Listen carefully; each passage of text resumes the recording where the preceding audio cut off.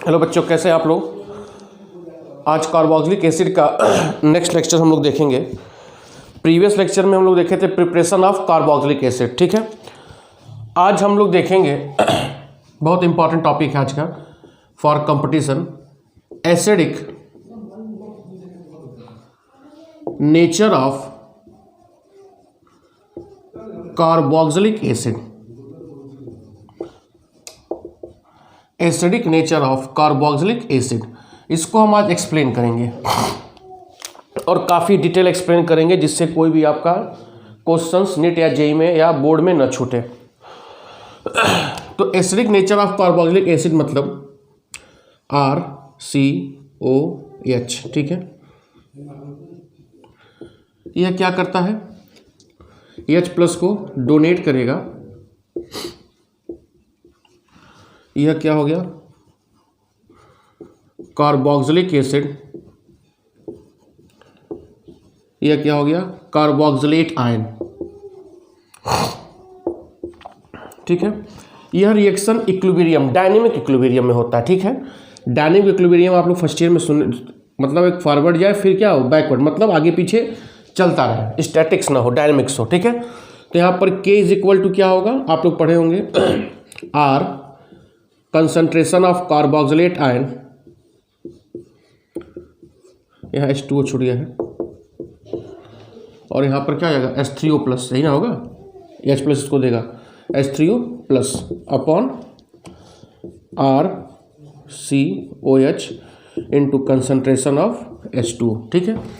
फिर क्या होता था, K into concentration of H2O, यह मल्टीप्लाई होता था, फिर RCO minus concentration of carboxylate ion into hydronium ion upon RCOH, ठीक है। यह K इंटू H2O को हम क्या बोलते थे, Ka, RCO minus into hydronium ion upon RCOH, ठीक है। तो जिस एसिड के लिए, किसी भी एसिड, कार्बोक्सिलिक एसिड के लिए जिसका Ka का मान ज़्यादा होता था या ज़्यादा होगा, उसकी एसिडिक स्ट्रेंथ क्या होगी, ज़्यादा होगी। उसकी एसिडिक स्ट्रेंथ क्या, एक्सपेरिमेंटल वैल्यू है, दिया जाता है, कैलकुलेट करने के लिए नहीं, कैलकुलेट करने के लिए भी आप कर सकते हैं। आपको सबका अगर कंसंट्रेशन पता हो तो किसी भी एसिड का आप K क्या कर सकते हो, निकाल सकते हो, ठीक है। तो जिस एसिड का Ka की वैल्यू ज़्यादा होगी, जिस एसिड का Ka की वैल्यू ज़्यादा होगी, उसका एसिडिक स्ट्रेंथ क्या होगा, ज़्यादा होगा। K को बोलते हैं आयोनाइजेशन कांस्टेंट। क्या बोलते हैं, आयोनाइजेशन कांस्टेंट। बात समझ में आ रहा है। तो किसी भी carboxylic acid, formic acid, acetic acid के लिए अगर जिसकी K की वैल्यू दी गई है, आपको बोला जाए कि भैया किसका एसिडिक स्ट्रेंथ ज़्यादा होगा, तो जिस एसिड का आयोनाइजेशन कांस्टेंट की वैल्यू ज़्यादा होगी, उसका एसिडिक स्ट्रेंथ भी क्या होगा, ज़्यादा होगा, ठीक है। छाप, पॉज करके छापिए, मिटा रहा हूँ मैं, ठीक है। कपड़ा ले लो।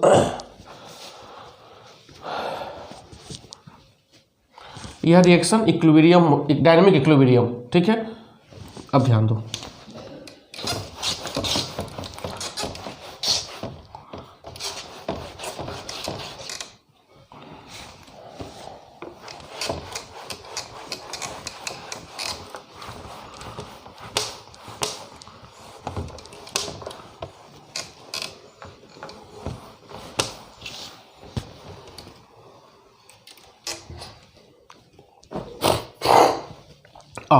और थोड़ा एक्सप्लेन किया जाए, ठीक है।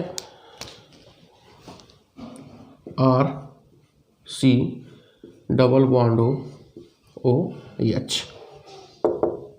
यही ना है। यहाँ पर ज़्यादा इलेक्ट्रोनेगेटिव ऑक्सीजन, पाई बॉन्ड अपनी तरफ क्या किया, शिफ्ट किया, कार्बन पे पॉजिटिव चार्ज आया, यह लोन पेयर यहाँ जाएगा।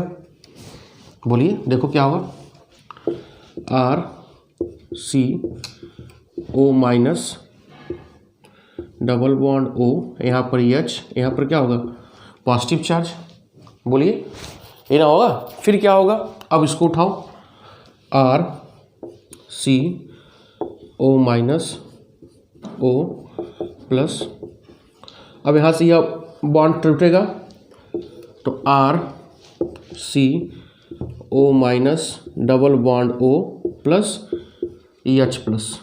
तो यहाँ पर क्या हो रहा है, रेजोनेंस की वजह से, यहाँ पर रेजोनेंस की वजह से ऑक्सीजन पर पॉजिटिव चार्ज एक्वायर हो जा रहा है, पॉजिटिव चार्ज एक्वायर हो जा रहा है। देखो रेजोनेंस की वजह से क्या हो रहा है, पॉजिटिव चार्ज एक्वायर हो रहा है। और मैंने कहा था कि मोर इलेक्ट्रोनेगेटिव एटम पर जब भी पॉजिटिव चार्ज आएगा तो वह एटम क्या समझेगा, अपने आप को अनस्टेबल समझेगा, तुरंत इस बॉन्ड को ब्रेक करेगा, किसको, इस बॉन्ड को, OH बॉन्ड को ब्रेक करेगा और H प्लस रिलीज कर देगा। और जो H प्लस रिलीज करेगा उसका नेचर क्या होगा, एसिडिक नेचर होगा। ठीक है, ठीक है। अब देखो यह ध्यान दो, यह क्या है, एसिड है, कार्बोक्सिलिक एसिड। यह क्या है, कार्बोक्सिलेट आयन, ये लिखे थे ना, देखो ध्यान दो, RCOH क्या जा रहा है, RCO minus plus H plus. ठीक है, यह मैंने क्या कहा था, यह एसिड है, एसिड अपना H प्लस क्या दे रहा है, डोनेट कर रहा है। तो एसिड का यह कौन सा पार्ट है, निगेटिव पार्ट, बोलो, जिसको हम क्या बोल रहे हैं, कार्बोक्सिलेट आयन बोल रहे हैं। क्या बोल रहे हैं, कार्बोक्सिलेट आयन। बात समझिएगा, बहुत इंपॉर्टेंट पॉइंट बता रहा हूँ। एसिड अपना H प्लस डोनेट किया और उसका निगेटिव पार्ट को मैं क्या बोल रहा हूँ, कार्बोक्सिलेट आयन ही बोलते हैं। ठीक है, तो निगेटिव पार्ट की टेंडेंसी क्या होती है, निगेटिव पार्ट की, कि किसी भी एसिड का, मैं किसी भी एसिड का बोल रहा हूँ, चाहे ऑर्गेनिक हो चाहे इनऑर्गेनिक हो, बहुत इंपॉर्टेंट लाइन, इसको ध्यान सुनिएगा, किसी भी एसिड का H प्लस डोनेट करने के बाद जो निगेटिव पार्ट बचता है, निगेटिव पार्ट बचता है, उसकी टेंडेंसी होती है H प्लस को एक्सेप्ट करने के लिए, H प्लस को एक्सेप्ट करने के लिए। और जब एक्सेप्ट करेगा तो वह किसकी तरह काम करेगा, बेस की तरह काम करेगा। बात समझ में आ रहा है। तो हर एसिड का जो निगेटिव पार्ट होता है उसको बोलते हैं कॉन्जुगेट बेस। क्या बोलेंगे उसका, कॉन्जुगेट बेस। इस एसिड का ये क्या होगा, कॉन्जुगेट बेस होगा, मतलब यह बेस की तरह काम करेगा, क्योंकि निगेटिव पार्ट हो जाने की वजह से यह H प्लस क्या करेगा, एक्सेप्ट करेगा। और जो H प्लस एक्सेप्ट करेगा वह किसकी तरह काम करेगा, बेस की तरह काम करेगा। क्लियर हो रहा है बात, बोलो। अब देखो मैं यहां लिख रहा हूं, किसी भी एसिड का, किसी भी नाम है ये, किसी भी एसिड का कॉन्जुगेट पार्ट क्या होता है, निगेटिव होता है। और वह यह कॉन्जुगेट पार्ट वह जितना स्टेबल होगा वह एसिड उतना ही स्ट्रांग होगा। किसी भी एसिड का जो कॉन्जुगेट पार्ट, मतलब जो निगेटिव पार्ट है, वह जितना ज़्यादा स्टेबल होगा, वह जितना ज़्यादा स्टेबल होगा, यह एसिड उतने ही स्ट्रांग होगा। मेरी बात समझ में आ रहा है। यह भी एक तरीका क्या, कि किसी भी एसिड का एसिडिक स्ट्रेंथ कैसे पता करेंगे, उसका निगेटिव पार्ट की स्टेबिलिटी देखेंगे। वह निगेटिव पार्ट जितना ज़्यादा स्टेबल होगा वह एसिड उतने ही ज़्यादा क्या होगा, स्ट्रांग होगा। अब इसकी स्टेबिलिटी हम कैसे पता करेंगे, रेजोनेंस के द्वारा। देखो छाप के लिख लीजिएगा, जो जो बोला हूँ सब एकदम नोट बना के भविष्य में काम आएगा।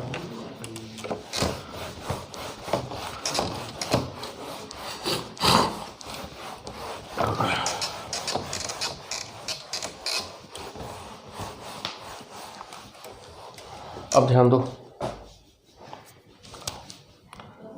RCOH, यही ना हो रहा था, RCO माइनस और यहाँ पर क्या है, H प्लस। ठीक है, देखो यह डायनेमिक इक्विलिब्रियम में है, यह इक्विलिब्रियम फॉरवर्ड डायरेक्शन में ज़्यादा शिफ्ट होता है।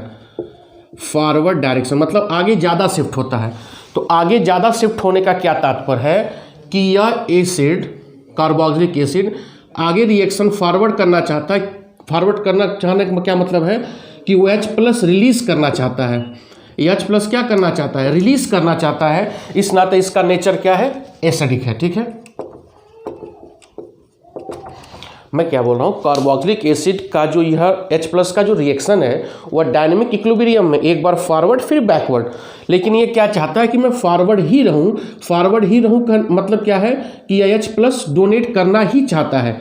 अब कारण क्या है कि यह रिएक्शन या इक्विलिब्रियम फॉरवर्ड डायरेक्शन में ही जाए, इसका कारण समझो। इसका रेजोनेटिंग स्ट्रक्चर देखो RCOH। अब देखो यहाँ ये हो रहा है, ठीक है, ही ना हो रहा है RCO-O, यहाँ पर क्या है प्लस, ठीक है। यह एसिड का रेजोनेटिंग स्ट्रक्चर है। अब यहाँ देखो RCO-O-,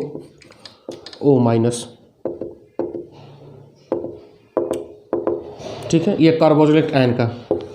अब फिर क्या होगा, यह निगेटिव यहाँ जाएगा या फिर यहाँ पर जाएगा, तो RCO-O। यह रेजोनेटिंग स्ट्रक्चर किसका है, ऑफ कार्बोक्सिलिक एसिड, और यह किसका है, resonating structure of carboxylate ion. अब ध्यान दो, पॉजिटिव चार्ज मतलब क्या होगा, आपको फिनॉल वाला याद होगा, फिनॉल और फिनॉक्साइड। पॉजिटिव चार्ज मतलब होता है वैकेंट ऑर्बिटल। क्या होता है, वैकेंट ऑर्बिटल, ठीक है। तो यहाँ पर वैकेंट ऑर्बिटल और यहाँ पर निगेटिव चार्ज है, तो फिर यहाँ पर कौन सा कंडीशन लगेगा, separation of charge, separation of charge. कुछ याद आ रहा है। और मैंने कहा था जिस रेजोनेटिंग स्ट्रक्चर में सेपरेशन ऑफ चार्ज आ जाएगा वह थोड़ा सा क्या हो जाएगा, अनस्टेबल हो जाएगा। फिनॉल और फिनॉक्साइड आयन में आ जा रहा है, यहाँ पर क्या वैकेंट ऑर्बिटल, यहाँ पर निगेटिव चार्ज, तो यहाँ पर यह चाहेगा क्या कि इसको अपनी तरफ लेना, मतलब यहाँ पे चार्ज क्या होगा, सेपरेट होना चाहेगा, बोलो। लेकिन यहाँ पर क्या है, एक बार निगेटिव चार्ज यहाँ, एक बार निगेटिव, यहाँ पर निगेटिव चार्ज का बेस्ट डीलोकलाइजेशन हो रहा है, बेस्ट डीलोकलाइजेशन हो रहा है, तो यहाँ पर स्टेबिलिटी क्या हो गई, ज़्यादा हो गई। तो कार्बोक्सिलिक एसिड लेस स्टेबल होता है in comparison to carboxylate ion. तो मैंने क्या कहा था, जिसका कार्बोक्सिलेट या जिसका कॉन्जुगेट बेस ज़्यादा स्टेबल होगा तो यह फॉरवर्ड डायरेक्शन में क्यों आना चाहेगा, क्योंकि फॉरवर्ड डायरेक्शन में आकर वह स्टेबिलिटी को गेन कर रहा है। तो इस नाते फॉरवर्ड डायरेक्शन में आकर स्टेबिलिटी गेन कर कर आसानी से H+ क्या कर रहा है, रिलीज कर रहा है। यह भी एक कारण है कि यह कौन सा नेचर है, एसिडिक नेचर है, ठीक है, क्लियर हो रहा है। तो कार्बोक्सिलेट आयन ज़्यादा स्टेबल होता है in comparison to carboxylic acid. क्यों, क्योंकि कार्बोक्सिलिक एसिड में सेपरेशन ऑफ चार्ज हो जाता है, जिससे रेजोनेटिंग स्ट्रक्चर थोड़ा सा अनस्टेबल हो जाता है, और इसमें डीलोकलाइजेशन सिमेट्रिकल या इक्विवेलेंट होता है, एक बार इस ऑक्सीजन पर एक बार इस ऑक्सीजन पर। इस नाते यह क्या होता है, मोर स्टेबल होता है। क्लियर हो रहा है, बोलो, बढ़ाइए आगे।